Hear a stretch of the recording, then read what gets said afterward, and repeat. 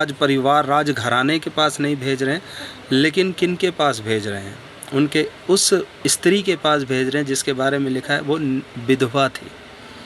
विधवा स्त्री का वैसे भी कोई आमदनी का कोई जरिया नहीं है।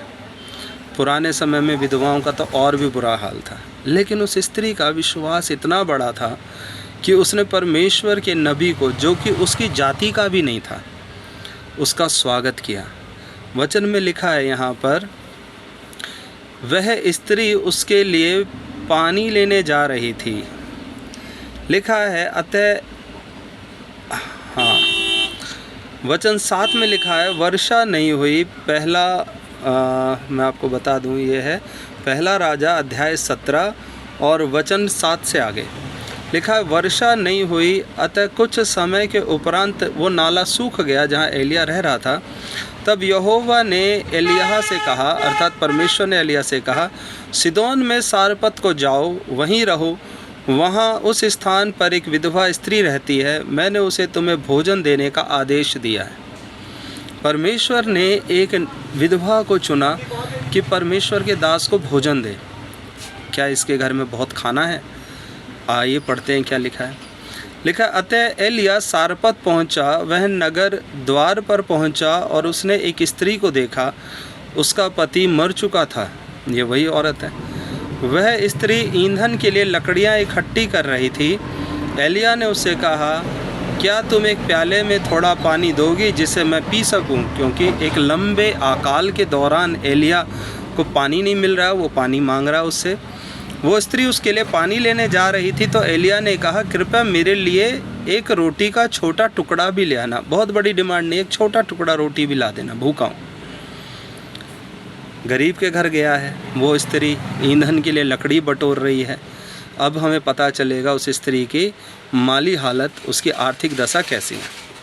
उस स्त्री ने उत्तर दिया, मैं यहोवा तुम्हारे परमेश्वर की शपथ खाकर कहती हूँ, मेरे पास रोटी नहीं है। क्या बात है!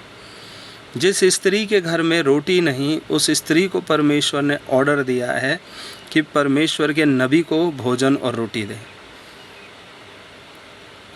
कहीं किसी धनवान को प्रभु ने बोला होता ना, तो धनवान हाथ खड़े कर देता।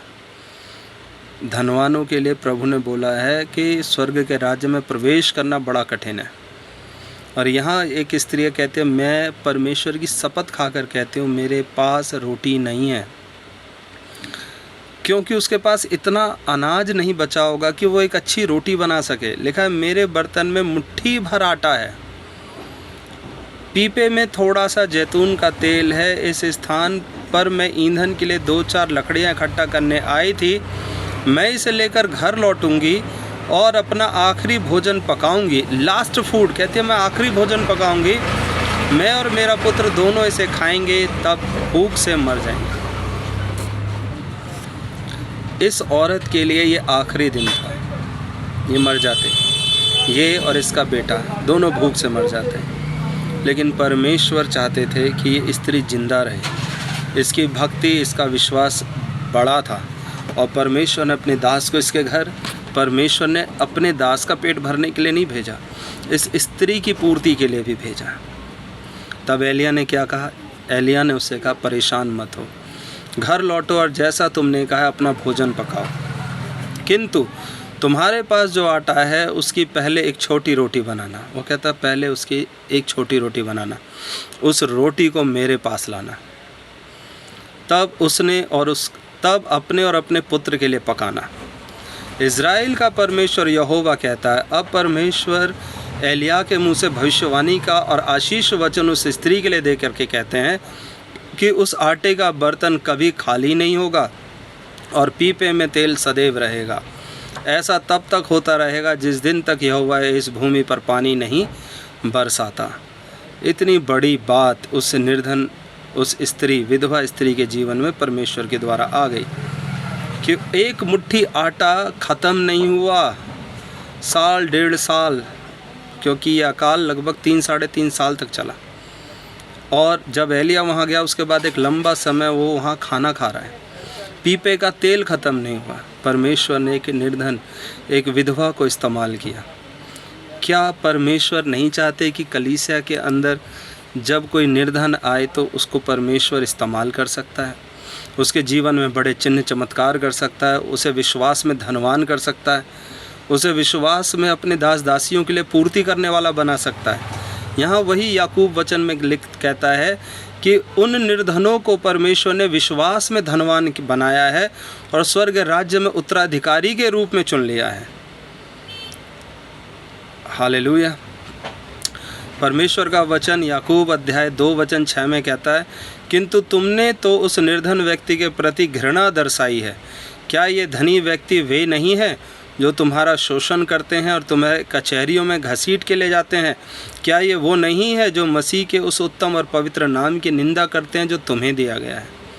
कोई गरीब परमेश्वर का अपमान नहीं करता है। अपमान कौन करता है? जिसका पेट भरा हुआ है, जिसको बढ़िया ठाठ बाट से जिसकी ज़िंदगी कट रही है। वो किसी भी अधिकार को नहीं आदर देते, वो किसी अधिकार का आदर नहीं करते। धीरे धीरे चर्चेज पैसे वालों का ही एक क्लब जैसा बनता जा रहा है, पैसे वालों का एक अड्डा बनता जा रहा है, जहाँ पर नहीं लगता कि परमेश्वर का प्रेम वो एक समान सबको बांट रहे हैं। जब धनी आ जाएगा तो वो अपनी इज्जत ज़्यादा ढूंढेगा। एक चर्च के अंदर ऐसा ही हुआ था।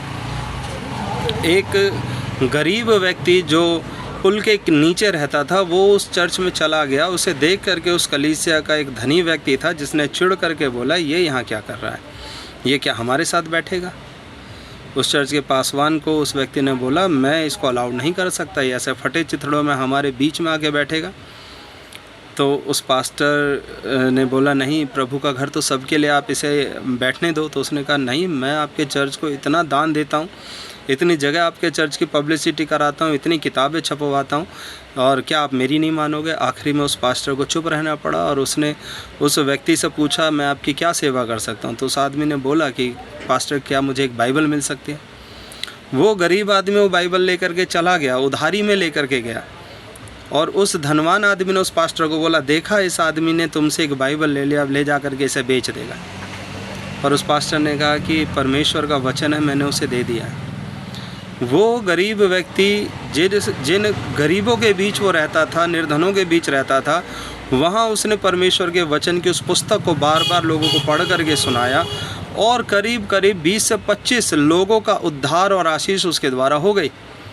एक दिन पास्टर ने उसको पुल के नीचे उस वचन को पढ़ते और प्रचार करते सुना।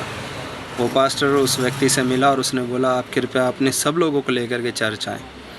और जब वो सारे लोग चर्च पहुँचे तो सारे गरीब फटे कपड़ों वाले थे, और वो रईस आदमी इस बात से चिढ़ गया। लेकिन पास्टर ने बोला, श्रीमान, परमेश्वर ने हमें आत्माओं को बचाने भेजा है।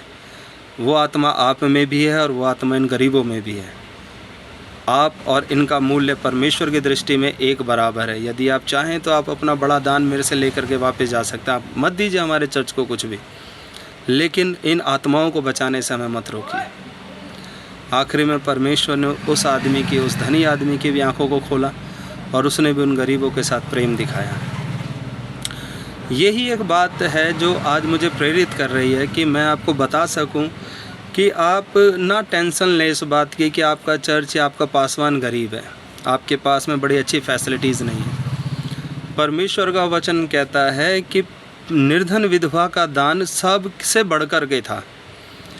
प्रभु यीशु मसीह ने अपने उदाहरण में लूका के सुसमाचार के अध्याय 21 में एक बात बताई है, जहां लिखा है कि बहुत सारे लोग दान के पात्र में दान डाल रहे थे, और यीशु ने आंख उठाकर देखा। अध्याय 21 वचन 1 से मैं पढ़ रहा हूँ कि धनी लोग दान पात्र में अपनी अपनी भेंट डाल रहे थे, तभी उसने गरीब विधवा को उसमें तांबे के 2 छोटे सिक्के डालते हुए देखा।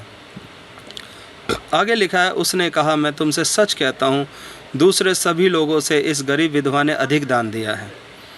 यह मैं इसलिए कहता हूँ क्योंकि इन सब लोगों ने अपने उस धन में से जिसकी उन्हें आवश्यकता नहीं थी दान दिया है, परंतु इस गरीब ने गरीब होते हुए भी अपनी सारी जीविका जो उसके लिए ज़रूरी है वो दान में डाल दी। गरीब और अमीर का भेद आप ना करें।